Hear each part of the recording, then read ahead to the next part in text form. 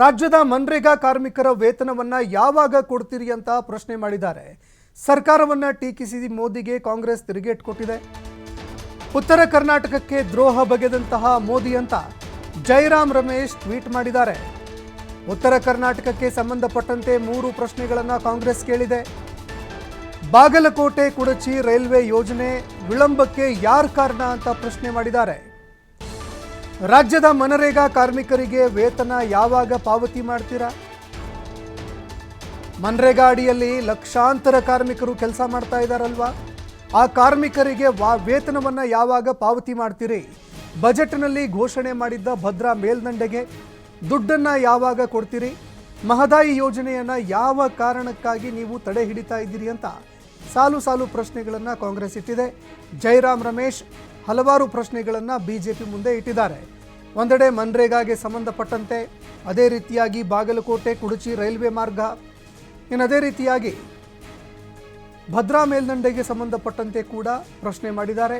ಮಹದಾಯಿ ಯೋಜನೆಯನ್ನು ಯಾವ ಕಾರಣಕ್ಕಾಗಿ ತಡೆ ಹಿಡಿತಾ ಇದ್ದೀರಿ ಅಂತ ಜೈರಾಮ್ ರಮೇಶ್ ಪ್ರಶ್ನೆ ಮಾಡಿದ್ದಾರೆ.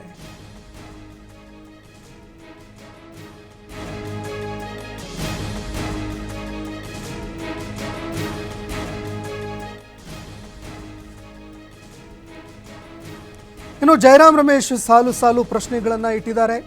ರಾಜ್ಯದ ಮನ್ರೇಗಾ ಕಾರ್ಮಿಕರ ವೇತನವನ್ನು ಯಾವಾಗ ಪಾವತಿ ಮಾಡ್ತೀರಿ ಅಂತ ಪ್ರಶ್ನೆ ಮಾಡಿದ್ದಾರೆ. ಕಳೆದ 8 ವರ್ಷಗಳಿಂದ ನೈಋತ್ಯ ರೈಲ್ವೆಯಲ್ಲಿ ಬಾಗಲಕೋಟೆ ಮತ್ತು ಕುಡಚಿ ಎಂಬ ನಡುವೆ ರೈಲ್ವೆ ಮಾರ್ಗ ವಿಳಂಬವಾಗಿದೆ.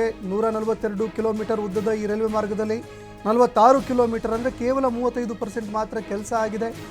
2006ಕ್ಕೆ ಈ ಯೋಜನೆಯನ್ನು ಘೋಷಣೆ ಮಾಡಲಾಗಿತ್ತು. ಆದರೂ ಕೂಡ 50% ಅನುದಾನ ನೀಡ್ತಾ ಇದ್ರು. ಮೋದಿ ಸರ್ಕಾರ ಯೋಜನೆಯನ್ನು ಈವರೆಗೆ ಪೂರ್ಣಗೊಳಿಸಿಲ್ಲ.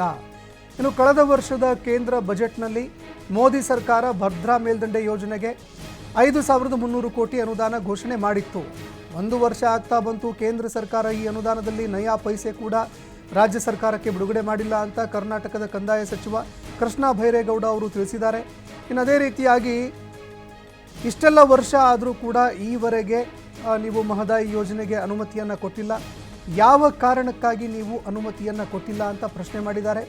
ಇನ್ನು ಅದೇ ರೀತಿಯಾಗಿ ಬರ ಪರಿಸ್ಥಿತಿಯಲ್ಲಿ ಕರ್ನಾಟಕದ ಗ್ರಾಮೀಣ ಪ್ರದೇಶದ ಆರ್ಥಿಕತೆಗೆ ಉತ್ತೇಜನ ನೀಡೋದಕ್ಕೆ ಕರ್ನಾಟಕ ರಾಜ್ಯ ಸರ್ಕಾರ ಮಹಾತ್ಮ ಗಾಂಧೀಜಿ ಗ್ರಾಮೀಣ ಉದ್ಯೋಗ ಖಾತ್ರಿ ಯೋಜನೆ ಕೂಲಿ ದಿನಗಳನ್ನು ಪ್ರಮಾಣವನ್ನು 100 ದಿನದಿಂದ 150ಕ್ಕೆ ಏರಿಕೆ ಮಾಡಬೇಕು ಅಂತ ಮನವಿ ಮಾಡಿಕೊಂಡಿತ್ತು.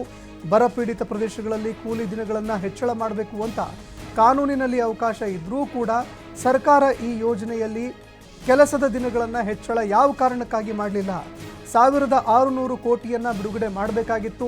ಆದರೆ ಈವರೆಗೆ ಮನ್ರೇಗಾದಲ್ಲಿ ಕೆಲಸ ಮಾಡ್ತಾ ಇರುವಂತಹ ಕಾರ್ಮಿಕರ ಹಣವನ್ನು ಯಾವ ಕಾರಣಕ್ಕಾಗಿ, ಅವರ ವೇತನವನ್ನು ಯಾವ ಕಾರಣಕ್ಕಾಗಿ ಪಾವತಿ ಮಾಡಿಲ್ಲ ಅಂತ ಕಾಂಗ್ರೆಸ್ ಸಾಲು ಸಾಲು ಪ್ರಶ್ನೆಗಳನ್ನು ಇಟ್ಟಿದೆ.